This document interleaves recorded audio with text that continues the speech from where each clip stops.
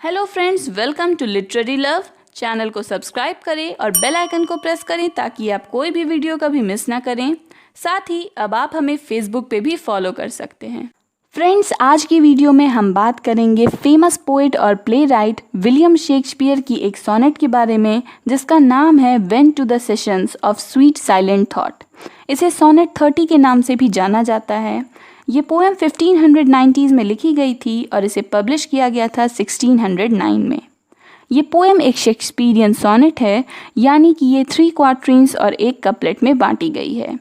इस पोएम की rhyming scheme है AB CD EF GG।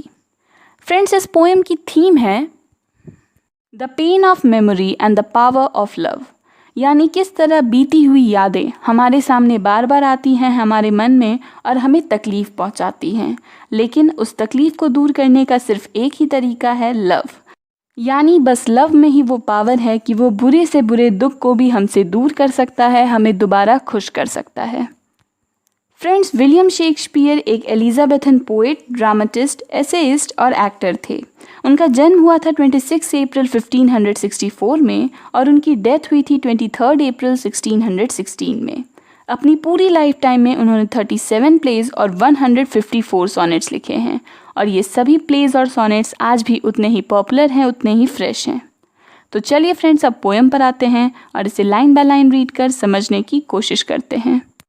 When to the sessions of sweet silent thought, यानी जब भी मैं अकेला रहता हूँ और शांति से कुछ मीठी बातें सोच सकता हूँ। I summon up remembrance of things past, तो मैं उन बातों को याद करता हूँ जो पास्ट में हो चुकी हैं, उन्हें वापस से मैं सोचता हूँ, उन्हें याद करता हूँ।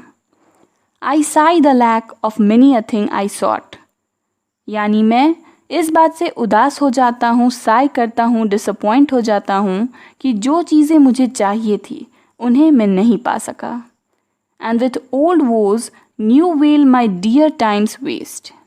फ्रेंड्स, वोज का मतलब होता है प्रॉब्लम्स। तो पोएट कहते हैं कि उन पुराने प्रॉब्लम्स के साथ नए दुख आ गए, यानी मैं उन्हें याद करके फिर से दुखी हो गया और अब मैं कंप्लेन करने लगा कि ये सब कुछ सोचकर मैंने कितना टाइम वेस्ट कर दिया है।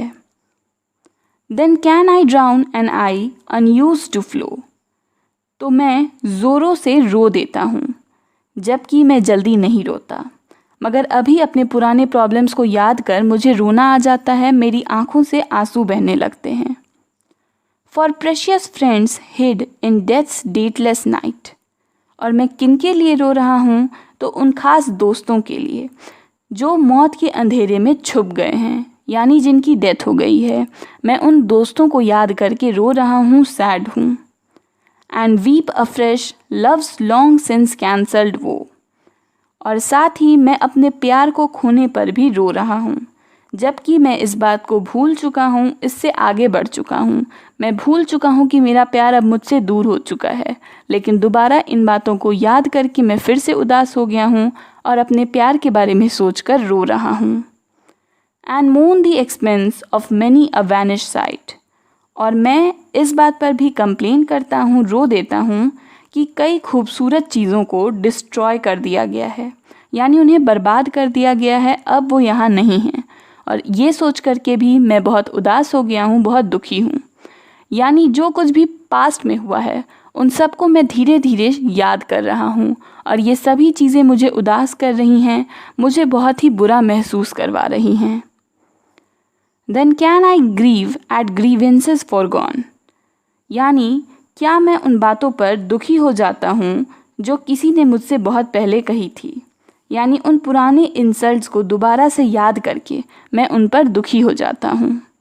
And heavily from woe to woe tell over, और इस तरह से मैं एक प्रॉब्लम से दूसरी प्रॉब्लम पर चला जाता हूँ, सबके बारे में कंप्लेन करता हूँ, सबको याद करता हूँ और फिर दुखी हो जाता हूँ, रोने लगता हूँ। ये एक प्रॉब्लम हो गई है मेरी लाइफ में और मैं इससे आगे नहीं बढ़ पा रहा हूँ। The sad account of 4 bemoaned मोन, यानी एक दुखी कहानी की तरह हर उस चीज़ के बारे में जिसके बारे में मैं ऑलरेडी कंप्लेन कर चुका हूँ।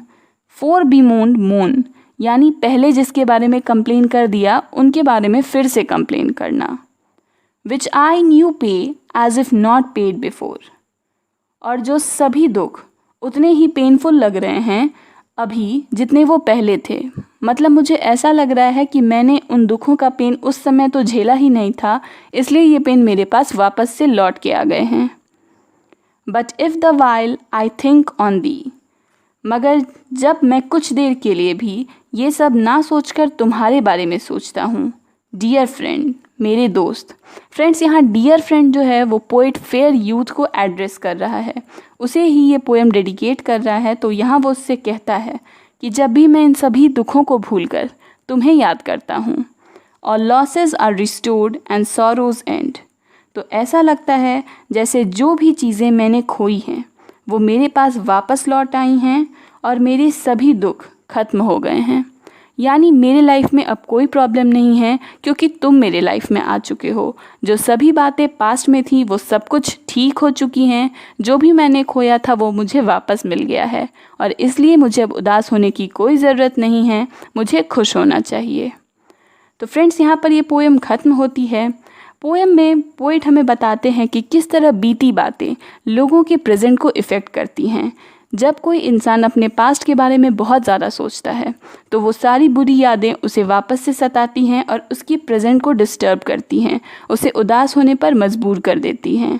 लेकिन जब इंसान अपने प्यार के बारे में सोचता है, अपने लव के बारे में सोचता है, तो वो सभी परेशानियां ऐसी लगती हैं मानो वो दूर हो गई हैं, क्योंकि उसका प्यार उसे वापस से प्रेजेंट में ले आता है। तो फ्रेंड्स, ये थी विलियम शेक्सपियर की sonnet when to the sessions of sweet silent thought.